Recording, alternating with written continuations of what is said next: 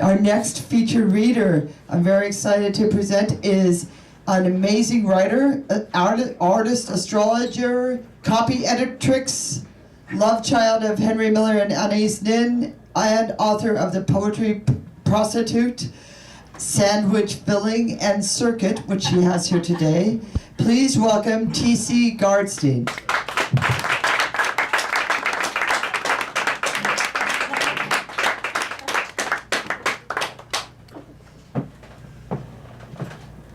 All right, it obeyed me.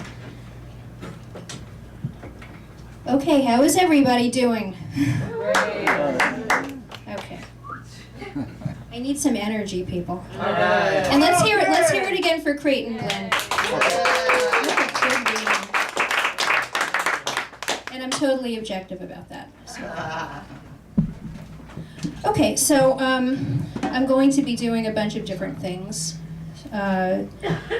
First, I'm going to read a couple of poems from the Poetry Prostitute, which is an ebook, and it's also now available as an audiobook. But it's much better to hear it live, I think. And this is available, by the way, on Paperback Press. I left a few cards out, but nobody's sitting up front. Okay. I'm up front. You're up front, but you already know all this, so you know. Okay. Come on up. Okay. Now just stay put and stay loose. All right. Set your cell phones to vibrate. The Poetry Prostitute. Okay, that's better. When my livelihood was once again outsourced, it compelled me to plot a whole new course. I was sick of being at the mercy of this increasingly insane economy while trying to achieve a break as a writer on the make. I needed to make an easy buck, yet knew I couldn't sell a fuck. What saved me from becoming destitute? Turning into a poetry prostitute. I hope there might be some voyeurs who were erotica connoisseurs, so I ran some classifieds here and there, proposing to lay my sex life bare.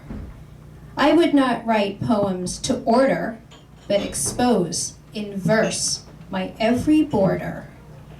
I would not focus on the client's desire like a phone sex girl through a 900 wire. It was up to me what my getup would be. My poetry was what would earn the fee.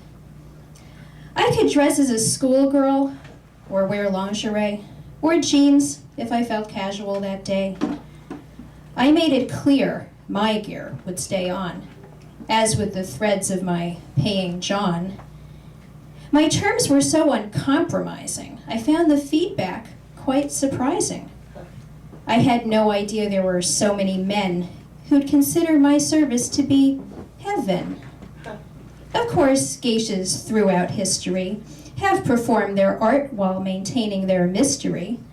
Yet, I realized that my words would reveal far more about me than what I'd conceal. This was both the bait and hook, my passion as an open book. For me, it's all material, especially what's raw and real. When I want to push my envelope, I peer through a nice long telescope to study steamy constellations that encourage my own explorations. There are times when I find a fantasy much hotter than the reality, yet many an adventure will open a door to a scenario I never considered before. When lust and love get tangled or blurred, and I'm too conflicted to write a word, I call on the muse named Erato. I'm not Greek, but she's most apropos. What she transmits with her lively lyre kindles in poets not just sexual fire, but the desire to open up your heart, even if doing so tears you apart. In case you find it unsavory that I recite poems for money, even if you wear a business suit, you're probably also a prostitute. Regardless of what you do for pay, the game is capitalism in the USA. And since my work is appreciated, I do not ever feel degraded. In fact, with each successive outcall, I feel increasingly powerful. Johns pay for the privilege of hearing my verse. In this city, a writer could do a lot worse. I read to young dudes and those who are older, warm-blooded ones and those who are colder. Some of them look like they get zero action.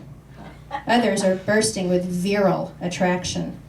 Some are scholarly egghead guys whose erotica fetish they've had to disguise. Some find my odes to be so potent, they rush to set up another appointment.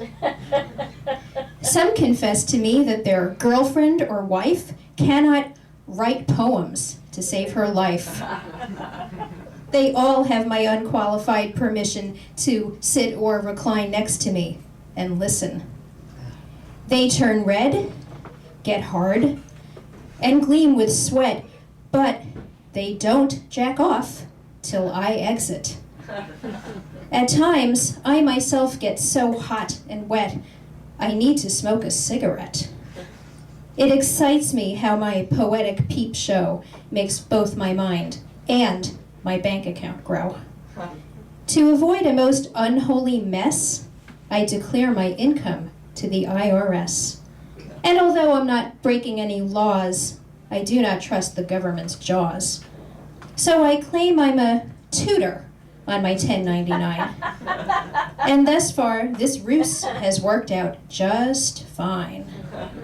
Anyway, please sit back and enjoy the ride.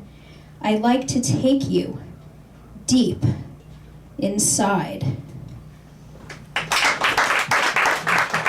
Thank you. That was the Poetry Prostitute. That was also me.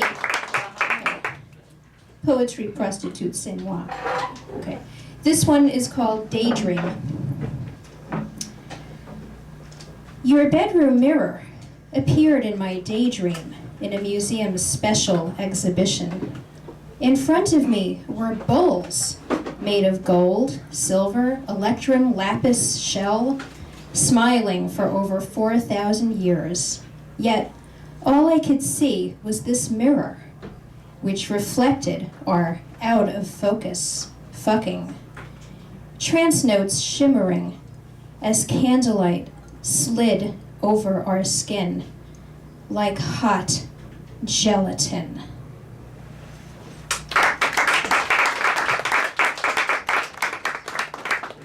Is this like blocking me? I want people to be able to see me. Okay. I'm such an exhibitionist. Okay. Sometimes. Okay. This one is called Fucking Ballet. First, he sets their sheeted stage with a scenario. She is his blindfolded captive, and he is dragging her into dark, dark woods, where he ties her to a tree and subjects her to the most unimaginable pleasure. And he asks if she sees what he is doing. Yes, she replies, on the defensive, for even if he had been a stranger, she has never been the kind of lover who needs it all spelled out. Yet she is still with him when he flips her over so fast and unexpected, rough. And she is prone on his bed, and he makes her wait for exactly 3 eternal heartbeats before he thoroughly, mercilessly covers her spine with gentle kisses. This time, he does not ask if she gets it. Is he finally beginning to trust that she can see even when her eyes are closed? Or is he getting so caught up in the parallels he is choreographing that any question is now out of the question in his gavetting mind? He turns her back over and edges his long, lean body down toward the end of the bed and hooks her legs over his strong shoulders and licks her lower lips. And then suddenly, she is upside down, his cocked down her throat, his tongue circling her snatch like a bird of prey that will only devour what is truly alive. And she sees that although the floor is the ceiling is not a floor. No, it is something that can never be felt under one's feet because there is no bottom. She sees that this is one of many ways of escaping cliché in a boudoir of dark, dark woods. And then she is lying on top of him. His skin is her sheet. Such a graceful, seamless segue into 69. It is a fucking ballet whose only rehearsal is the actual performance. She dances with him, while another part of her marvels, ensconced in the velvety darkness of a box seat.